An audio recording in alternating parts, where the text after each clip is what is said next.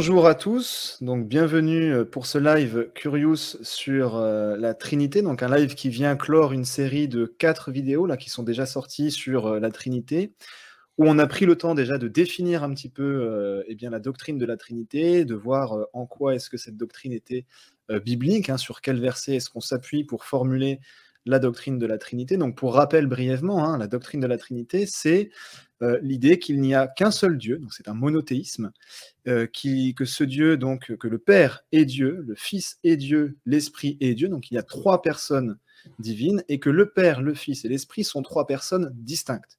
Donc une substance divine, un être divin, mais 3 personnes divines, 3 hypostases qui sont toutes également Dieu, pleinement et entièrement Dieu. Et on peut rajouter peut-être un autre point, hein, qui est que donc c'est le Père, le Fils et l'Esprit qui sont Dieu dans cet ordre, c'est-à-dire une égalité ontologique, donc ils sont toutes également Dieu, comme je le disais, mais avec une différence dans le rôle qu'ils occupent au sein de la Trinité et les fonctions et les relations qu'ils entretiennent les uns avec les autres. Et donc, pour le live d'aujourd'hui, nous avons le plaisir de recevoir Jean-Sébastien Morin. Donc, bonjour Jean-Sébastien et merci pour ta présence parmi nous. Ça me fait plaisir d'être avec vous aujourd'hui. Donc, Jean-Sébastien qui nous vient du Québec. Jean-Sébastien, vous le reconnaîtrez à l'accent. Normalement. Jean-Sébastien, tu es membre de l'association Axiom. Tu es titulaire d'un master en théologie, mais aussi d'un autre master en philosophie. Tu avais poursuivi les études doctorales, mais que tu as dû, pour des raisons personnelles, tu n'as pas encore pu aboutir. Tu es également l'auteur d'un livre, Nous croyons en Dieu, la foi chrétienne expliquée.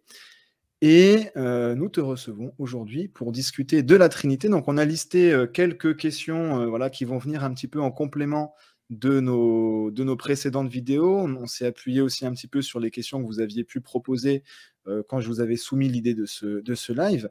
On va essayer de diviser un petit peu le temps qu'on a ensemble en 2 parties, avec une première partie un petit peu plus axée philosophie et une deuxième un petit peu plus axée théologie, même si dans toutes les questions, hein, les deux vont bien souvent se mêler. Alors ma première question, Jean-Sébastien, c'est finalement comment est-ce que la Trinité peut-elle rester un monothéisme? Eh bien, quand on définit le mot, premièrement, monothéisme, ça nous vient de mono, ça nous vient de théos, donc Dieu. Un peu comme on dit, des fois, j'écoute en ce moment en stéréo dans mon casque, mais stéréo, c'est un peu en duo. Comment est-ce qu'on croit en un seul Dieu? Est-ce que le fait de dire qu'il y a 3 entités ou 3 hypostases en Dieu, on pourra définir, décortiquer un peu les termes là, en allant, mais est-ce qu'on peut affirmer que la foi chrétienne croit quand même en un seul Dieu? C'est une attaque qui a été posée contre les chrétiens, notamment, entre autres, par exemple, les témoins de Jéhovah, qui vont dire que, bon, non, la Trinité chrétienne, c'est de prendre des concepts païens, donc polythéistes avec plusieurs dieux, puis de dire, mais on a copié ça, puis à quelque part, on a fait un merge, une fusion entre des religions païennes et le christianisme, le judaïsme. Mais les chrétiens sont confrontés au phénomène Jésus. Dans l'Ancien Testament, c'est assez clair, le peuple d'Israël est monothéiste dans sa foi, mais bien que dans sa pratique, souvent, il va passer son temps à adorer des idoles. On le voit au travers toute l'histoire d'Israël, autant dans la sortie d'Égypte que quand ils sont à Babylone, quand ils reviennent, ça va être un défi constant, mais quand même, il y a ce Dieu, ce seul Dieu, et Dieu, dans l'Ancien Testament, va dire souvent, bien, moi, l'Éternel, je suis le seul Dieu. Moi, l'Éternel, je suis le seul qui a créé. Moi, l'Éternel. Donc, cette idée d'avoir un Dieu, un seul Dieu, créateur du ciel et de la terre, c'est un des points fondamentaux du judaïsme, et particulièrement du judaïsme au temps de Jésus. C'est en contraste à toutes les divinités païennes, que ce soit divinités grecques, divinités romaines. Fait que ça devient même quelque chose qui définit la foi judaïque à ce moment-là aussi. Fait que d'avoir le phénomène de Jésus qui vient essentiellement se présenter comme Dieu.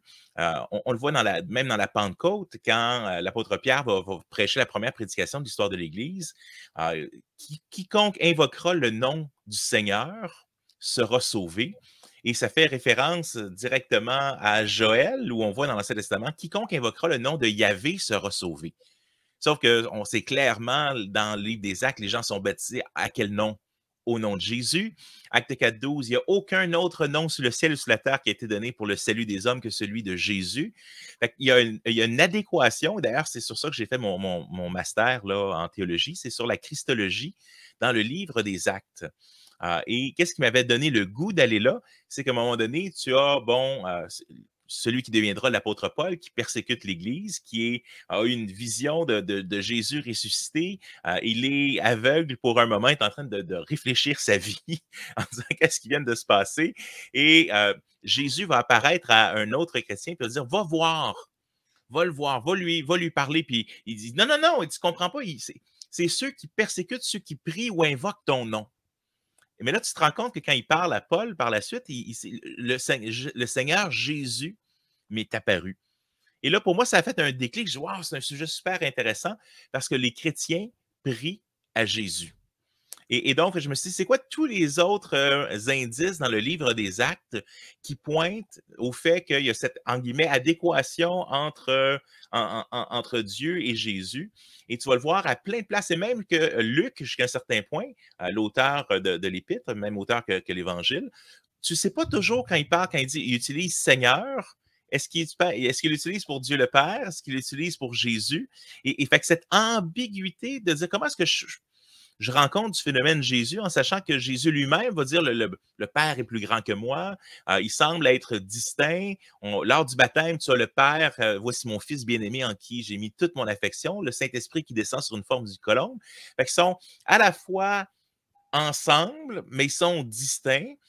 Jésus va même se faire presque lapider pour avoir dit avant qu'Abraham ne fût moi, je suis. Les Juifs comprennent bien, puis ils prennent des pierres, puis ils veulent le lancer.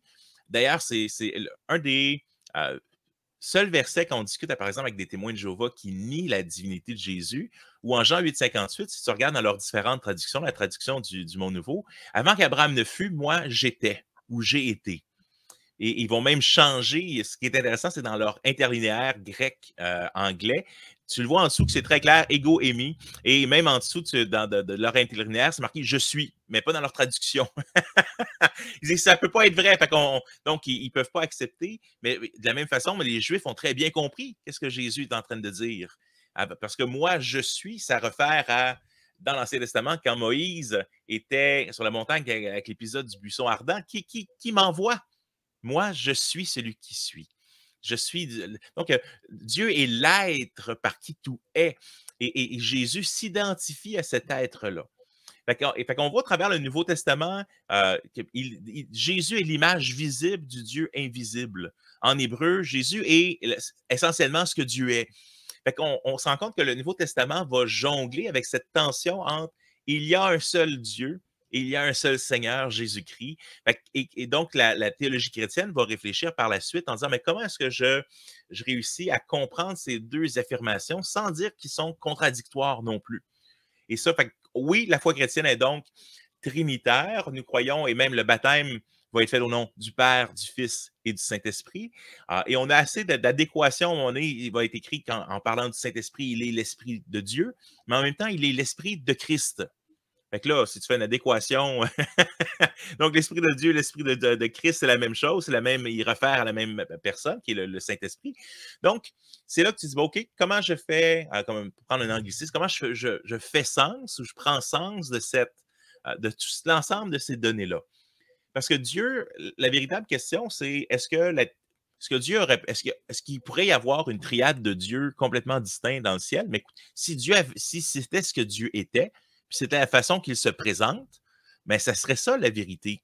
Sauf que Dieu s'est présenté, puis c'est la thèse du christianisme, c'est ce que l'affirmation que le christianisme fait, que c'est un Dieu qui est à la fois Dieu le Père, Dieu le Fils, Dieu le Saint-Esprit, mais qui sont et c'est là qu'on arrive, comment est-ce qu'on définit ça? Ils sont un, mais ils sont trois. Et non, Dieu le Père n'est pas Dieu le Fils. On le voit clairement, par exemple, en Jean 1. Mais donc, c'est comment on tient compte de ce mystère qu'est la Trinité et comment comprendre Dieu. Donc, c'est une bonne question. Est-ce que moi, je peux comprendre un être qui est juste le concept de l'éternité? Dieu est éternel. Des fois, je suis assis ou je suis couché dans mon lit, je regarde mon ventilateur tourner, puis j'essaie de réfléchir, OK, Dieu n'a aucun commencement. Puis à un moment donné, j'arrive à l'écran bleu de la mort dans Windows. Je ne peux pas réussir à réfléchir qu'est-ce que ça veut dire sans commencement. Et là, il y a des gens qui vont dire, ben c'est ça, donc ça ne fait pas de sens de croire en Dieu. Je dis, oui, mais t'as une minute. Parce que si Dieu n'existe pas, ça veut dire que l'univers a toujours existé parce que tu es là. Fait que, essaie de réfléchir à un univers qui a toujours existé. Ben, tu regardes le même ventilateur et tu as le même écran bleu de la mort de Windows parce qu'on ne peut pas réfléchir l'éternité. Fait qu'il y a des concepts qui ne sont pas nécessaires, qui sont irrationnels dans le sens où ils dépassent notre raison, mais ça ne veut pas dire qu'ils sont nécessairement illogiques. Parce que quand je regarde le monde, c'est beaucoup plus logique pour moi de croire qu'il y a un Dieu qui a ordonné les choses parce qu'on vit dans un monde ordonné. On vit dans un monde où même de l'infiniment grand à l'infiniment petit a été pensé. Fait c'est plus logique de croire qu'il y a un Dieu créateur qu'il n'y en a pas. Mais c'est irrationnel dans le sens que ça dépense ce que ma raison ne pourra jamais être amenée à comprendre. Sauf que je ne peux pas faire que je ne sois rien pour reprendre un peu les termes de Descartes. Je pense, je doute, donc il y a quelque chose. Fait que même dans mes moments où je réfléchis sur l'existence de Dieu, sur plein de choses, je reviens toujours à cet argument de Descartes. Je dis, mais je doute. Donc, il y a un monde qui existe, puis ce monde-là, mais pour reprendre la citation de plusieurs philosophes, pourquoi y a-t-il quelque chose alors qu'il devrait y avoir rien? Puis pour moi, ben, ça me démontre qu'il va y avoir des choses dans la vie qui sont irrationnelles, qui vont dépasser ce que je peux comprendre en tant qu'être humain limité. Mais ça ne veut pas dire que parce qu'il y a quelque chose qui me dépasse, que cette chose-là n'existe pas. Et c'est là qu'à quelque part, si Dieu existe, ben, il devrait être plus... Si pour être un Dieu assez glorieux, il doit être un Dieu qui est plus grand que ce que je peux comprendre et ce que je peux analyser. Super, merci pour ces premiers éléments. Alors, effectivement, hein, on va être obligé, donc, comme tu le dis, il y a une tension entre, d'une part, l'affirmation forte du monothéisme, hein, donc il y a un seul Dieu, ce qu'on va expliquer comme étant une seule essence divine, une seule substance divine, une seule ousia, pour reprendre un petit peu les termes des pères de l'Église. Et en même temps, eh bien, on a trois personnes qui sont divises, trois hypostases. Alors, est-ce que tu pourrais nous expliquer comment est-ce qu'on peut faire la distinction entre l'essence et la personne? Qu'est-ce qui va être la différence entre une essence et une personne? L'essence, c'est ce qu'on met dans la voiture, puis la personne, c'est celle qui pompe le gaz.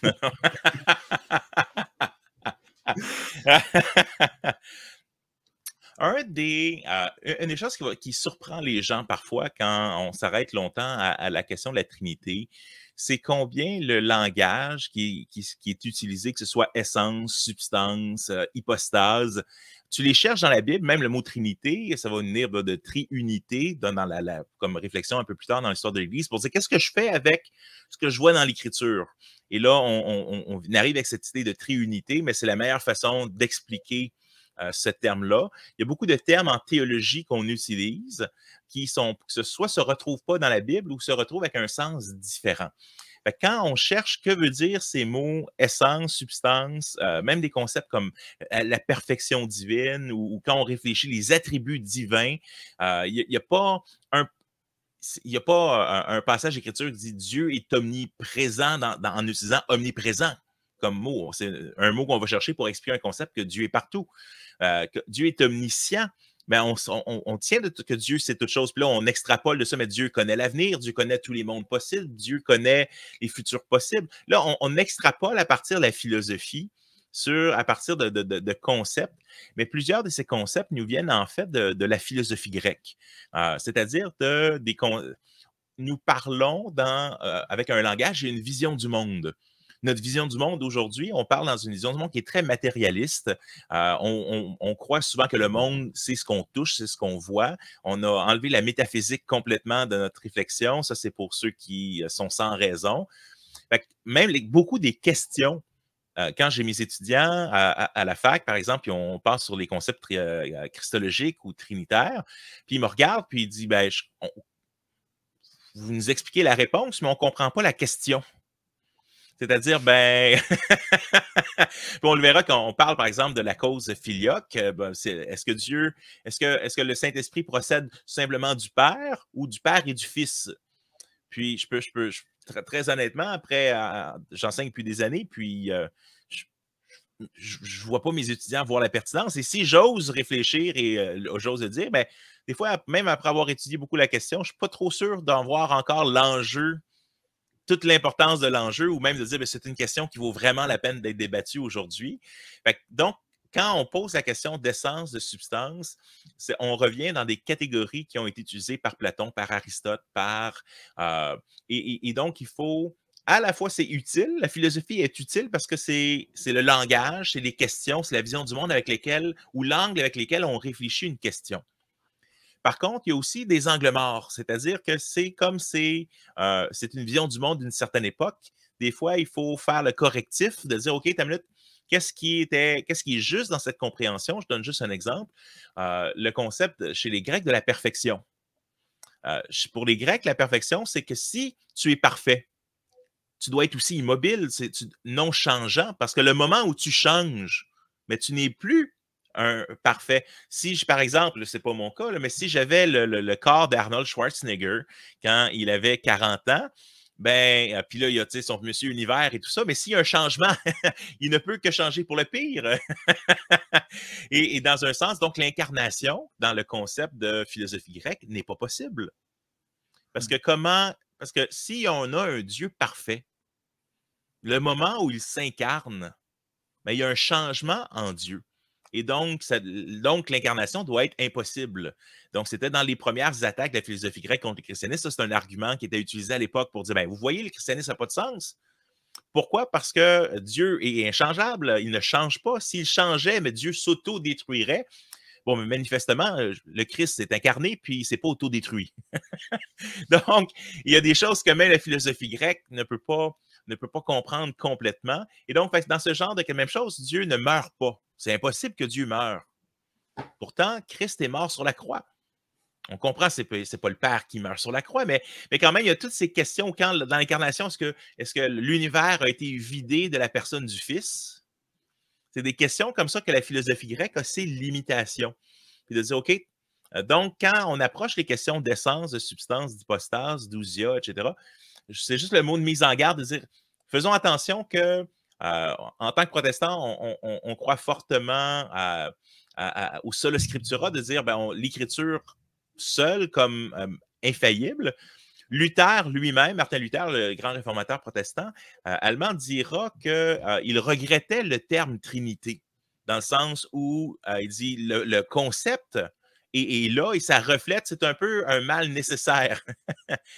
Mais parce que ça reflète bien ce que l'Écriture enseigne, mais c'est vrai que ce n'est pas un terme si c'est pour être une doctrine fondamentale du christianisme, c'était un peu triste de dire, ben, est-ce qu'on n'aurait pas pu arriver à quelque chose d'autre? Ça sera une discussion pour d'autres temps, mais quand même, c'est juste pour dire que comment est-ce qu'on, encore une fois, prendre un anglicisme, comment on fait sens de Jésus-Christ, de Dieu, et c'est là qu'on arrive avec, c'est quoi la différence entre l'essence de Dieu et entre une personne?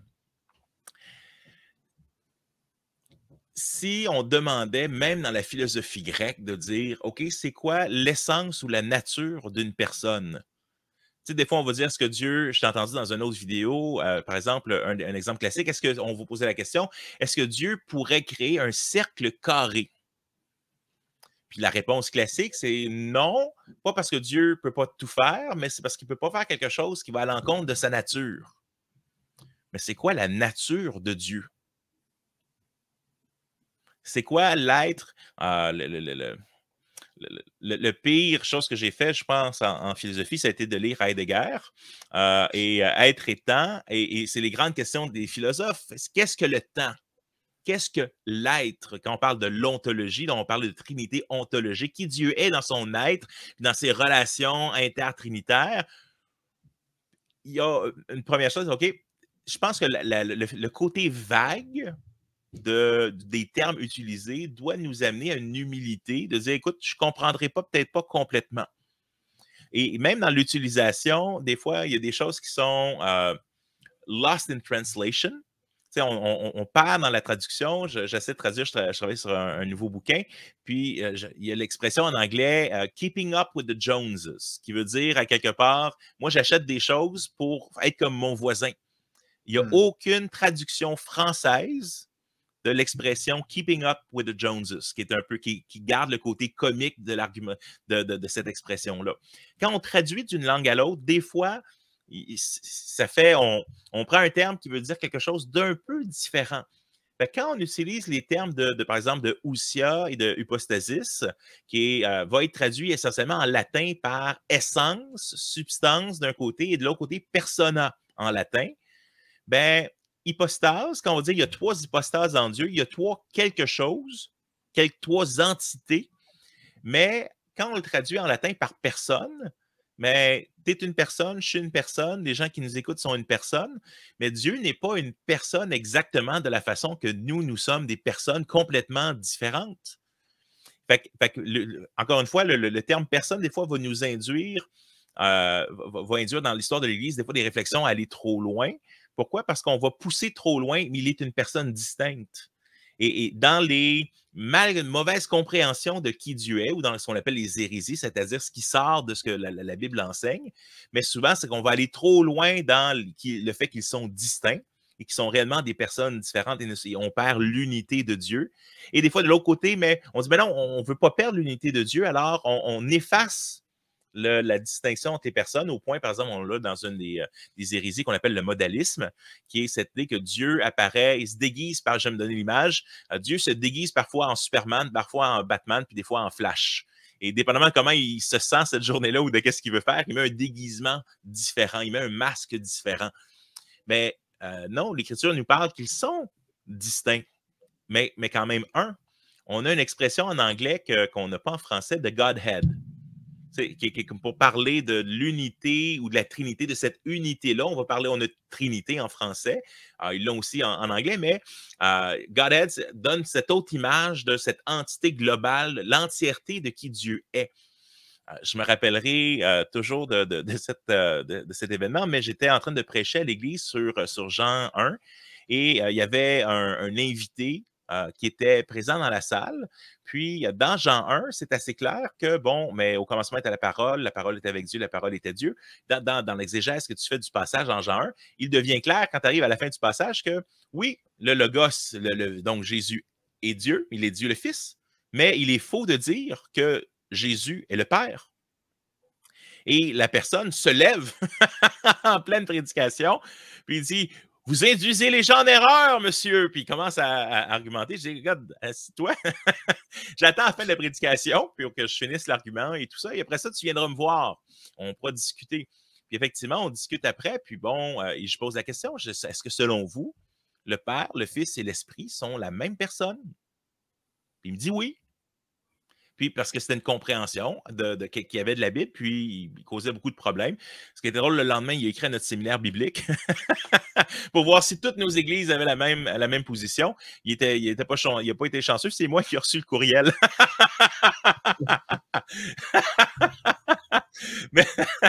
et donc, mais dire que le Fils, cette distinction, oui, Jésus est Dieu, le Père est Dieu, le Saint-Esprit est Dieu, mais il est faux de dire que le Père est le Fils est le Père est l'Esprit. Et donc, dans ces distinctions, on va arriver à dire que Dieu est d'une même, et c'est ce qu'on va arriver dans les différents conciles, quand les conciles vont se poser des questions, il y a une seule substance en Dieu. Une substance, ils sont co-substantiels, mais ils ont 3 hypostases, donc ils ont 3... C'est un peu étrange à dire, là. Ils sont un quelque chose, mais ils sont 3 quelque chose. Et c'est là que des fois, il y a eu beaucoup de débats. Et c'est là que, personnellement, je veux dire, ben, si on a à être prudent, mais errons du côté du mystère. De dire, je comprendrai peut-être pas complètement qu'est-ce que ça signifie, mais Jésus nous parle, dès que Dieu se révèle, on l'a dans ce qu'on appelle la théologie négative, là, mais théologie négative veut dire, parce que Dieu est tellement plus grand, quand Dieu dit « je suis grand », tu ne peux pas comprendre combien grand est Dieu, donc tu ne peux pas comprendre qui est Dieu.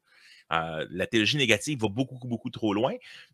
Pourquoi? Mais je pense qu'il y a quand même un élément de dire, mais quand on dit Dieu est amour pas mal plus grand que qu'est-ce que je peux imaginer ou penser que Dieu est amour.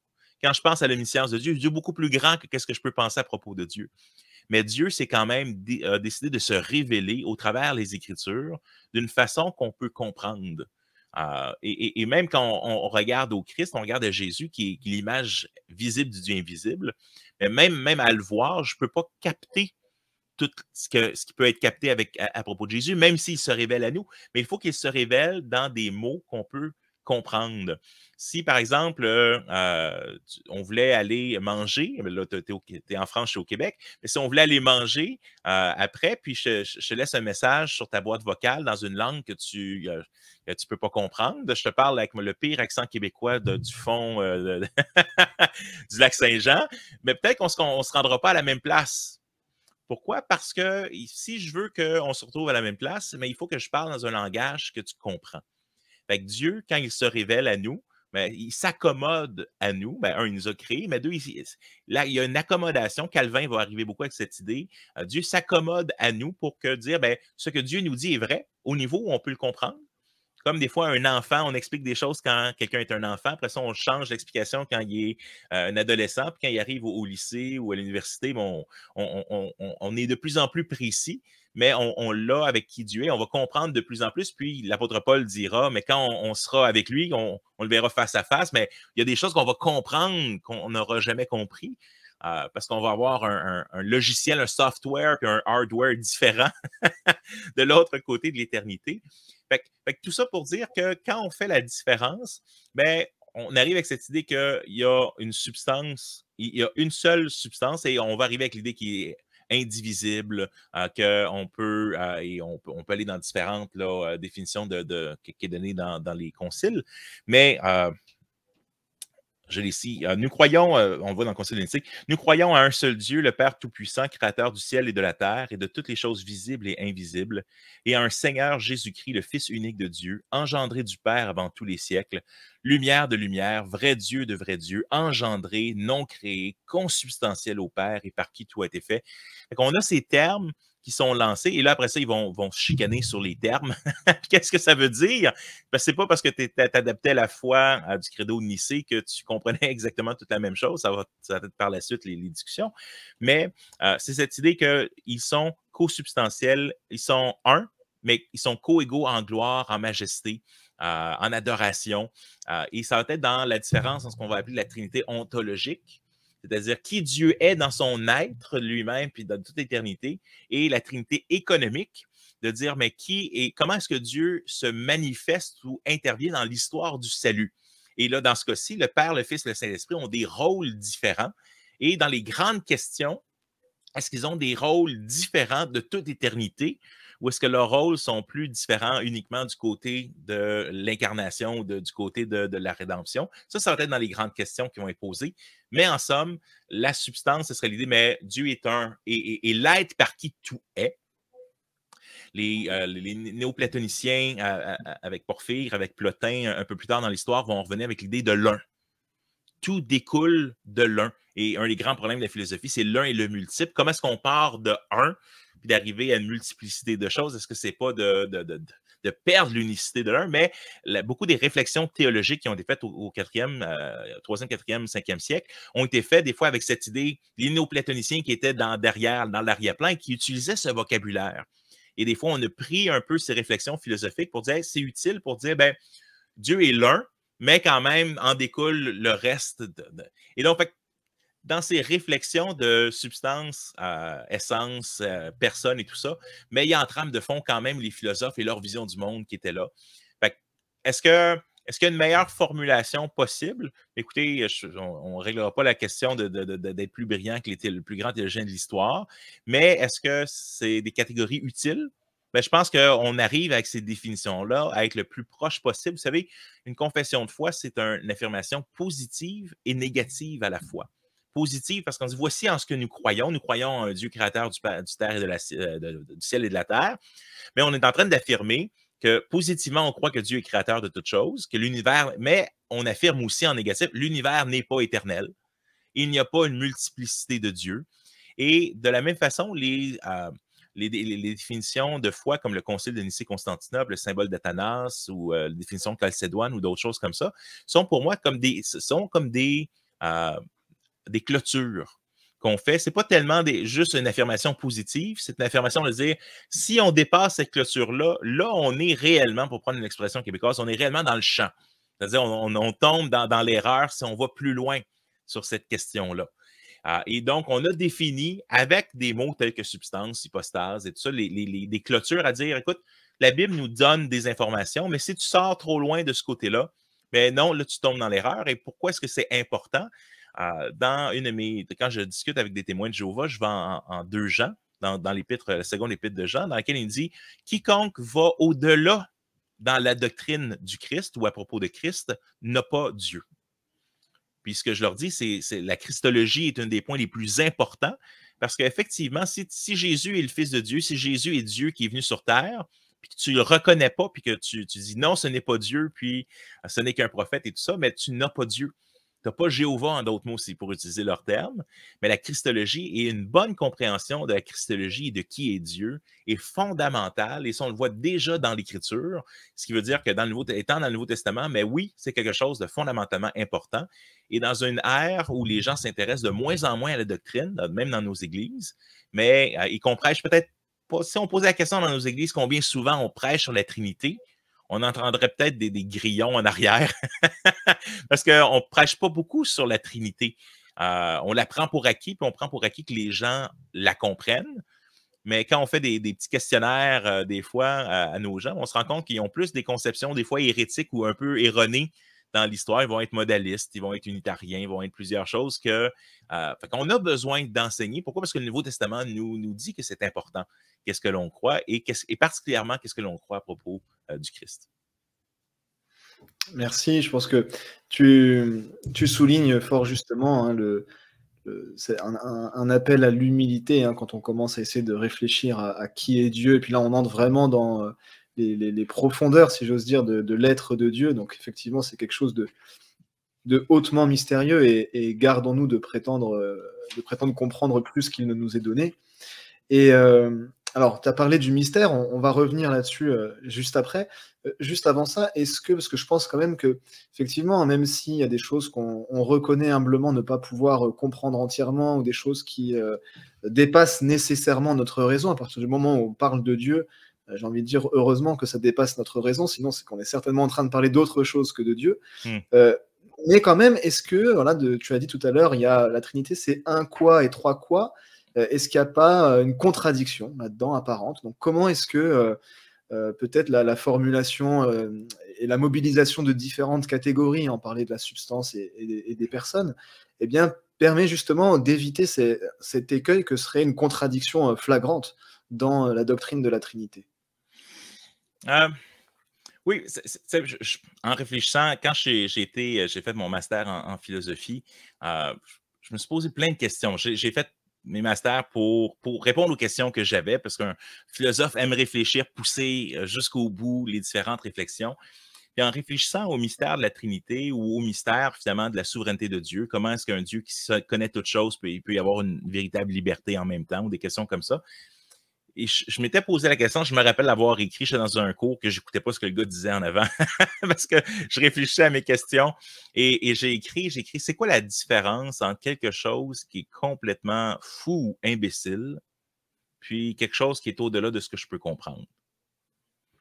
Parce que si quelqu'un, par exemple, faisait un vol de banque, et après ça, il me dit, ben, il y avait une personne ou il y avait 3 personnes, puis là, c'est pas la même chose s'il y a 1 ou 3 personnes qui ont fait le braquage de banque. Puis oui, mais ils sont le même. Puis c'est vrai que tu dis, ben, dans la vie de tous les jours, 1 et 3, 1 plus 1 plus 1, mais ça égale 3. Ça égale pas, tu sais, 1 plus 1 égale pas 1. Et c'est pour ça que ça revient vraiment à comment Dieu s'est révélé lui-même. Dieu aurait pu, sur la base, il y a beaucoup d'indices au travers de l'Ancien Testament qui nous pointent déjà vers une multiplicité, en guillemets, là, en Dieu. On le voit notamment, et ces passages, les Juifs ne savent pas trop quoi faire avec ces passages. On pense en Daniel 7, par exemple, ou sur l'Ancien des Jours, qui est là, puis un personne à sa droite, qu'on n'est pas trop sûr, fils d'homme, qui est là, puis qui reçoit, alors que Dieu dit très clairement qu'il ne partage pas sa gloire avec un autre, qu'il va lui donner sa gloire, partage l'autorité. Mais c'est qui ce personnage-là? On a, même chose dans Genèse 1, faisons l'homme à notre image. Puis là, ou encore une fois, quand Dieu descend Sodome et Gomorrhe, il y a un ensemble de places où tu te poses la question. Il y a des indices, il y a des fils d'Ariane que tu peux suivre un peu partout dans l'Ancien Testament qui pointent déjà vers la Trinité ou vers cette révélation progressive qui se révèle de façon puissante au travers le Fils. Et Jésus est la clé d'interprétation avec laquelle on comprend l'Ancien Testament. Puis après ça, on regarde, ah! C'est comme essayer de crocheter une serrure. Ça prend pas mal plus de temps que quand tu as la combinaison. Mais comprendre des fois quand on est avant le moment révélation, eh bien, c'est plus... et c'est là que Jésus est la combinaison qu'on a besoin pour comprendre ces pistes-là. Puis dire, OK, non, on voit clairement ces pistes trinitaires dans l'Ancien Testament. Mais, là, désolé, mon cerveau vient de sauter. C'est l'écran bleu de Windows. Oui, l'écran bleu de Windows vient d'arriver. Là, je répondais. Désolé. La question, c'était comment est-ce qu'on peut éviter l'écueil d'une contradiction apparente, flagrante dans la formulation de la Trinité. Oui, merci. Donc, Dieu aurait pu, tout simplement se révéler comme un pendant toute l'histoire. Et ça n'aurait pas été faux dans ce sens où, parce que Dieu est un. Mais Dieu a décidé de se révéler comme Dieu le Père, Dieu le Fils et Dieu le Saint-Esprit. Et parce que Dieu me dépasse, et après ça, il faut laisser la Trinité là un instant, puis après ça, se tourner pour moi vers la clé qui valide cette compréhension, qui est la résurrection du Christ. Pour la résurrection du Christ est le cœur de la foi chrétienne. L'apôtre Paul va dire, si Jésus n'est pas ressuscité historiquement, la foi chrétienne, elle vaut 0. Vaut mieux aller faire autre chose que de croire en Jésus si Jésus n'a pas existé. Mais les implications de ça, c'est, par contre, qui est-ce que Jésus a dit être? Et comme on l'entend, il y a une expression, vous l'avez peut-être chez vous aussi, mais avec un accent différent. Quand les gens vont nous dire, mais tu sais, mon petit garçon, il n'y a jamais personne qui est revenu de l'autre bord pour nous le dire. Il n'y a jamais personne qui est revenu des morts pour nous dire qu'est-ce qu'il y avait de l'autre côté. Mais le christianisme, c'est justement ça, sa prétention. Jésus-Christ est revenu d'entre les morts. Puis, il y a un passage que je trouve fascinant en Ézéchiel qui va dire tu t'es pris pour Dieu en tant qu'être humain. Tu t'es assis sur le trône de Dieu, tu as des richesses, tu n'as pas besoin de Dieu. Moi, je suis le king of the world. Mais devant la mort, diras-tu encore je suis Dieu?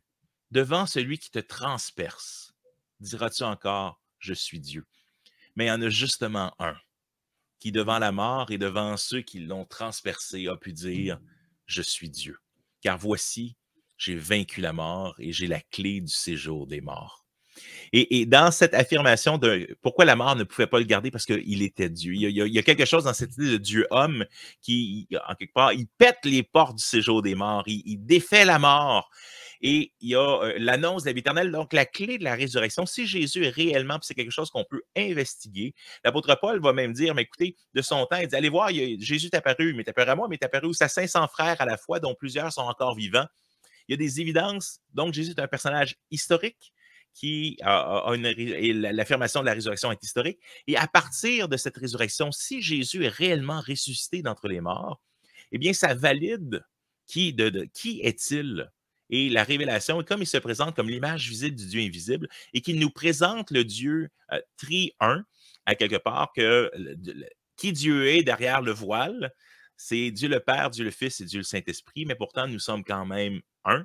Moi et le Père, nous sommes un. Il y a cet ensemble, nous sommes, je suis Dieu, pourtant, il s'attribue des choses que le Père fait, mais on voit clairement. Donc, quand on arrive à ça, pour moi, il faut, à partir de ça, valide la triunité ou le fait de dire, écoute, déjà réfléchir, je sais qu'en pensant à Dieu, ça va dépasser ma raison, mais maintenant, il s'est révélé. Fait que c'est la seule, je dirais, l'argument va donc à l'inverse comme ça pour le valider, mais sinon, si on essaie de trouver sur la base de la raison seule une validation intellectuelle pour dire que il n'y a pas une apparente contradiction, on va peut-être patiner longtemps. Parce qu'on pourrait, certains vont dire, ben oui, certains non, mais avec l'argument de dire, mais Dieu est plus grand que qu'est-ce que je peux comprendre, peut-être, mais c'est comme ça qu'il s'est révélé.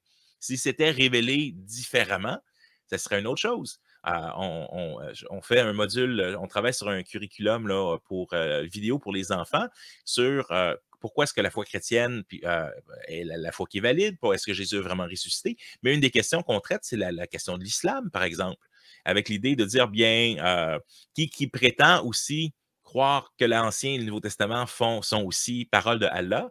Et pourtant, le pire péché que tu peux faire dans l'islam, c'est le shirk, qui est essentiellement que affirmer que Dieu a un fils, c'est le pire péché que tu peux faire, c'est le pire blasphème. Puis au centre du christianisme, c'est que Dieu a un fils. Et tu dis, ben, si Dieu s'est révélé, pourquoi est-ce que dans le Nouveau Testament, si tu ne reconnais pas et tu ne comprends pas que Dieu, le Fils, tu sais, que Dieu le Père, Dieu le Fils, du Saint-Esprit, mais tu passes à côté de la foi chrétienne, tu passes à côté de qui Dieu est, bien, c'est une question de révélation. Puis dans ce cas-ci, mais pourquoi est-ce que, qui aurait raison entre l'islam qui Dieu est encore un et le christianisme qui parle d'un Dieu tri-un? Bien, c'est comment Dieu s'est révélé. Puis comment est-ce qu'on sait que c'est vrai? Pour moi, ça remonte vraiment à la question de la résurrection. Merci beaucoup. Alors, on va basculer là tout doucement vers des questions un petit peu plus axées théologie. Alors, tu as beaucoup fait mention du mystère. Est-ce que tu peux nous expliquer un petit peu ce que tu entends par là? Qu'est-ce qu'un mystère en théologie? Est-ce qu'on peut espérer comprendre un mystère? Et en quoi est-ce que le mystère est différent justement d'une erreur, d'une contradiction Est-ce que tu peux nous préciser un petit peu ce que tu entends par mystère? Oui, un mystère. Quand on était jeune, donc on est une nation qui est très, très catholique au Québec. Puis c'est même rendu un gag, dans le fond, parce que les prêtres catholiques, quand ils ne voulaient pas expliquer quelque chose à la congrégation, disaient c'est un mystère. Et donc, c'est une expression qui est restée dans notre culture. Alors, des fois, quand les parents ne veulent pas expliquer un truc aux enfants, ils vont dire c'est un mystère. Donc, un mystère, c'est pas juste quelque chose qu'on ne veut pas expliquer. Un mystère, c'est quelque chose qui, théologiquement, c'est quelque chose qui nous dépasse. On a parlé tout à l'heure, on va parler du mystère de l'incarnation. C'est-à-dire que si Dieu est parfait, comment peut-il s'incarner? Parce que dans la conception grecque, dès que la perfection, c'est dès que tu changes, ben, il y a un problème. Mais l'incarnation est un mystère. Comment est-ce que Dieu peut venir sur Terre? Est-ce qu'il se limite à un être humain? Est-ce qu'il est encore au ciel en même temps qu'il est dans le corps de Jésus? Est-ce qu'il y a un ensemble de questions qui nous est posé de dire comment est-ce que Dieu fonctionne? Et je dirais les mystères sont beaucoup liés à comment est-ce que Dieu fonctionne. Une question qui m'a troublé profondément et à laquelle j'ai beaucoup réfléchi au travers les années, c'est le mystère de je l'ai effleuré tout à l'heure, de la souveraineté de Dieu puis de la responsabilité humaine. La Bible nous dit clairement que l'être humain est responsable de ses choix. Moi, par exemple, si je me lève le matin et j'ai le choix entre manger des tartines ou j'ai le choix de manger des céréales, je fais un réel choix. Je n'ai pas l'impression d'être forcé à prendre l'un ou l'autre. Ma conscience peut me dire que c'est mieux de prendre des choses avec du blé entier et d'autres choses, mais par contre, Dieu, de toute éternité, soit a prédestiné le fait que je prenais ma tartine, ou le voyant de toute éternité, même s'il ne me forçait pas, ou il n'y a pas une prédestination comme active, mais le fait qu'un Dieu omniscient voit tout, est-ce que j'aurais pu faire différemment? Et quand on pose ces questions-là, de dire, mais quand je me mets dans les souliers de Dieu, puis je me dis, mais comment est-ce qu'un Dieu peut réellement avoir une relation avec moi? Parce qu'il sait, c'est comme si tu vas voir un film et tu connais déjà tout ce qui va se passer. Est-ce que c'est une vraie relation ou est-ce que c'est artificiel? Est-ce que c'est fake? Quand Dieu argumente avec Abraham sur le nombre de justes à avoir dans Sodome et Gomorrhe, il sait qu'il n'y a pas un nombre de justes qu'Abraham va arriver à la fin. Ben, Dieu continue quand même à argumenter. Fait que quand on s'assoit, on dit, mais ça, c'est un mystère. Parce que je ne peux pas comprendre, si je me mets dans les souliers de Dieu, je ne peux pas comprendre comment est-ce qu'on peut avoir de vraies relations. Je ne peux pas comprendre comment est-ce que ce n'est pas artificiel. Je ne peux pas comprendre comment j'ai un véritable choix s'il y a un tel Dieu qui existe. Et donc, on arrive que le mystère, c'est quand je me mets dans les souliers de Dieu, c'est là que j'essaie de rouler Windows 10 avec mon vieux Commodore 64 ou mon vieux 286. Je n'ai pas assez de mémoire vive et trop rapidement, je peux rouler Dieu en mode sans échec pendant quelques instants. Mais après ça, l'ordinateur saute parce que c'est des concepts que je ne peux pas. Pourquoi je prierais si Dieu sait déjà tout ce que je vais demander? Puis de toute façon, Dieu va décider. Fait que ces questions-là, un mystère, c'est quelque chose que je me dis, ben, je ne peux pas comprendre. il y a des choses que cette semaine, j'ai acheté pour Noël pour mon épouse, on a un chargeur sans fil pour le cellulaire. Je confesse que je ne comprends pas du tout comment ça marche. Pour moi, ça fait des années que si tu veux recharger quelque chose, il faut que tu le plugues dedans. Puis là, ils sont comme un sur l'autre, ça se recharge. Ben, c'est un mystère. Mais pour des gens plus avancés, ce n'est pas un mystère. Des ingénieurs, des physiciens, électriciens, ils vont comprendre. Mais un mystère, c'est un peu ça. C'est quelque chose qui dépasse ce que moi, je peux comprendre. Mais au niveau de Dieu, mais quand Dieu se révèle, puis Dieu se révèle comme un Dieu trinitaire, Dieu se révèle comme un Dieu omniscient, Dieu se révèle comme un Dieu souverain, Dieu se révèle comme... Et c'est là que quand j'essaye de me mettre dans les souliers de Dieu, le mystère, c'est d'essayer de trop longtemps de réfléchir parce que sinon, on arrive dans un mystère, on arrive à ce qu'on appelle en philosophie un aporie, c'est-à-dire que tu as beau réfléchir, mais peu importe, c'est un paradoxe. Il n'y a pas de réponse. C'est la même question que le poule et l'œuf, la poule et l'œuf. Quand on pense à la conception de l'univers, par exemple, ben, qu'est-ce qui est venu en premier? La poule ou l'œuf? Mais là, ben, il faut que tu aies un œuf pour avoir une poule. Ouais, mais c'est parce qu'il faut que tu aies la poule pour qu'elle ponde l'œuf. Peu importe tout ce que tu es dans une aporie, ben, il doit y avoir soit une poule, une poule éternelle, mais, ou un œuf cosmique éternel. Il faut que tu aies quelque chose d'éternel. Peu importe l'équation. Pourtant, essaie de, encore une fois, de réfléchir à ça. Écoute, il faut qu'il y ait quelque chose dès le début qui a toujours existé. Il n'y a juste pas d'autre option. C'est la seule option. Mais je ne peux pas le comprendre. Mais c'est la seule option. Mais je ne peux pas le comprendre. Mais c'est la seule option. Donc, c'est cette idée qu'un mystère, c'est que tu as quelque chose qui dit, ta minute, je suis devant un fait et peu importe ce que je fais. C'est pour ça que pour moi, quand je discutais avec un professeur ici, c'est au collège, c'est entre l'école secondaire et l'université. Il enseignait la science et c'était pas un croyant. Puis on discutait sur l'univers et tout ça. Puis à un moment donné, je dis, ben, t'es un croyant. Puis il me regarde insulté. Mais qu'est-ce que tu veux dire que je suis un croyant? Mais je dis, tu crois que l'univers est éternel. Or, l'éternité est une caractéristique du divin. Donc, c'est juste que tu crois que l'univers est Dieu. Puis il m'a regardé vraiment troublé. Mais en bout de ligne, c'est vrai. Parce que tu as beau dire que ben, si tu crois qu'on a toujours été là, ben, à quelque part, mais tu crois à une forme de Dieu, c'est peut-être pas une forme de Dieu théiste dans le sens monothéiste ou comme on croit, mais tu crois quand même qu'il y a une entité, il y a quelque chose qui soit a créé le monde ou soit qui a toujours été là. Et donc, dans ce sens, le mystère, c'est quelque chose qui nous dépasse et particulièrement, mais avec lequel nous sommes confrontés.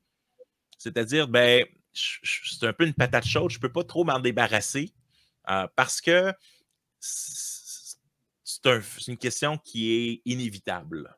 Ou comme dirait Thanos dans une mauvaise traduction, une question inéluctable. Désolé pour les fans de Marvel, là.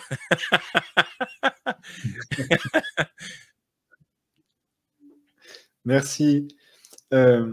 Du coup, est-ce qu'on peut être chrétien sans croire à la Trinité? Tu parlais que voilà, au centre du christianisme, il y a la résurrection de Jésus, ce qui suppose l'incarnation. Est-ce qu'on peut remonter en disant que voilà, si on ne croit pas à la Trinité, eh bien, on n'est pas chrétien? Ah, c'est une grande question. Le symbole d'Athanase, qui est pas, est plus donné, c'est un symbole, une confession de foi qui est attribué à Athanase plus par respect, c'est-à-dire c'est inspiré de sa théologie, c'est pas Athanase qui l'a écrit, qui commence. Voici la foi catholique, donc la foi universelle, pas comprendre la foi catholique romaine nécessairement, là, mais la foi universelle. Voici la foi catholique, nous vénérons un Dieu dans la Trinité et la Trinité dans l'unité.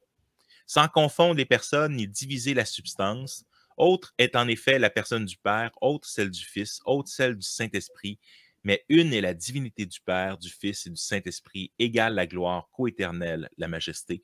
Et le symbole d'Athanase va dire, voici ce que vous devez croire si vous voulez être sauvé.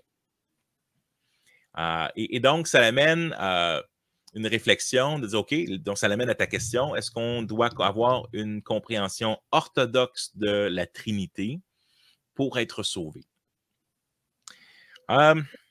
Où je trouve embêtant, c'est en tant que prof d'histoire de l'Église, c'est que les variantes qu'il y a eu parfois, mais si tu regardes par exemple Arius, qui est ce qui a amené à la confession de foi de Nicée-Constantinople en 325, était une version de ce que j'appellerais le premier Star Academy de l'histoire. Il y avait Arius qui est arrivé en disant Jésus est essentiellement une créature, Jésus n'est pas Dieu dans le sens, il n'est pas Dieu le Père, etc. Et ça a viré qu'il y avait des chants dans les rues où littéralement, tu avais une gang qui chantait, les disciples d'Arius, qui disaient « Il y avait un temps où le Fils n'existait pas ». Et l'autre partie des gens dans la rue chantaient ce qu'on appelait le Gloria Patri, gloire au Père. Ils chantaient « Gloire soit rendue au Père et au Fils et au Saint-Esprit comme c'était au commencement, maintenant et comme ce sera pour toujours, monde sans fin ». Premier Star Academy de l'histoire, c'est une controverse christologique où les chants sont dans les rues. Et là, tu te dis, ben, quand tu regardes les Ariens, pas ce qui se passe à la Seconde Guerre mondiale, mais ceux qui suivent Arius, essentiellement, ben, ils vont croire quand même que Jésus vient mourir pour les péchés du monde. Il y a quand même un Dieu créateur du ciel et de la terre. Il y a quand même Dieu, Jésus, le Saint-Esprit, même si on n'attribue pas, on ne reconnaît pas non plus le Saint-Esprit nécessairement comme Dieu. Est-ce qu'il y a assez d'éléments? Tu sais, crois au Seigneur Jésus et tu seras sauvé. Un chant au Québec qui cite Acte 4.12. Alors, quand la personne croit au Seigneur Jésus dans le livre des Actes, est-ce qu'elle comprend tout d'un coup, tu sais, un Dieu, quoi, tu sais, une substance, trois hypostases, et c'est là que le Nouveau Testament arrive, comme je disais dans 2 Jean plus tôt, comprendre qui Jésus est vraiment important. Et clairement, dans le Nouveau Testament, Jésus est Dieu. Ça, je pense que ça devrait être notre... et ceux qui ne confessent pas ça sont appelés dans le Nouveau Testament des antichrists. Dans 1 Jean, les antichrists, entre autres, niaient que Jésus était venu vraiment comme un homme. C'est-à-dire, c'est Dieu qui est venu ou qui se manifeste, mais il fait semblant. C'est un peu comme un Terminator. Tu sais, il descend, mais en dessous, il ne sent pas la douleur ou il ne sent rien. Mais non, l'apôtre Jean va dire, si tu ne crois pas que Jésus, la parole, Dieu, est vraiment venu comme un homme, tu es un antichrist. Puis il n'y a pas vraiment d'insultes ou de choses plus pires qu'être un antichrist dans le Nouveau Testament. Même chose en 2 Jean, dans le passage où il dit qu'il ne faut pas, quiconque va plus loin dans la doctrine à propos de Jésus n'a pas Dieu, mais il fait attention qu'il y a plusieurs antichrists et faux docteurs qui sont venus dans l'Église. C'est tellement important. Ça, je pense qu'aujourd'hui, on minimise beaucoup en disant « Ah, mais c'est pas trop grave ce que tu crois. Tant que tu as les essentiels et tu crois que Jésus est sauveur, c'est correct. » Sauf que le Nouveau Testament va un peu plus loin que ça en disant, bien, non, il faut bien comprendre qui Jésus est. Et ça fait, ben, il s'est révélé, Dieu le Père, Dieu le Fils, Dieu le Saint-Esprit. Et même si le concept, le mot Trinité, ou les questions de comment est-ce que tu dises la substance, l'hypostase et tout ça, on se pose des questions plus tard. Mais le fait, c'est que, pourquoi est-ce que c'est vrai? C'est parce que c'est déjà dans le Nouveau Testament. Puis c'est ça qui est enseigné dans le Nouveau Testament. Maintenant, dans sa grâce et son amour, puis dans sa compréhension, je suis content que c'est Dieu qui juge et pas moi.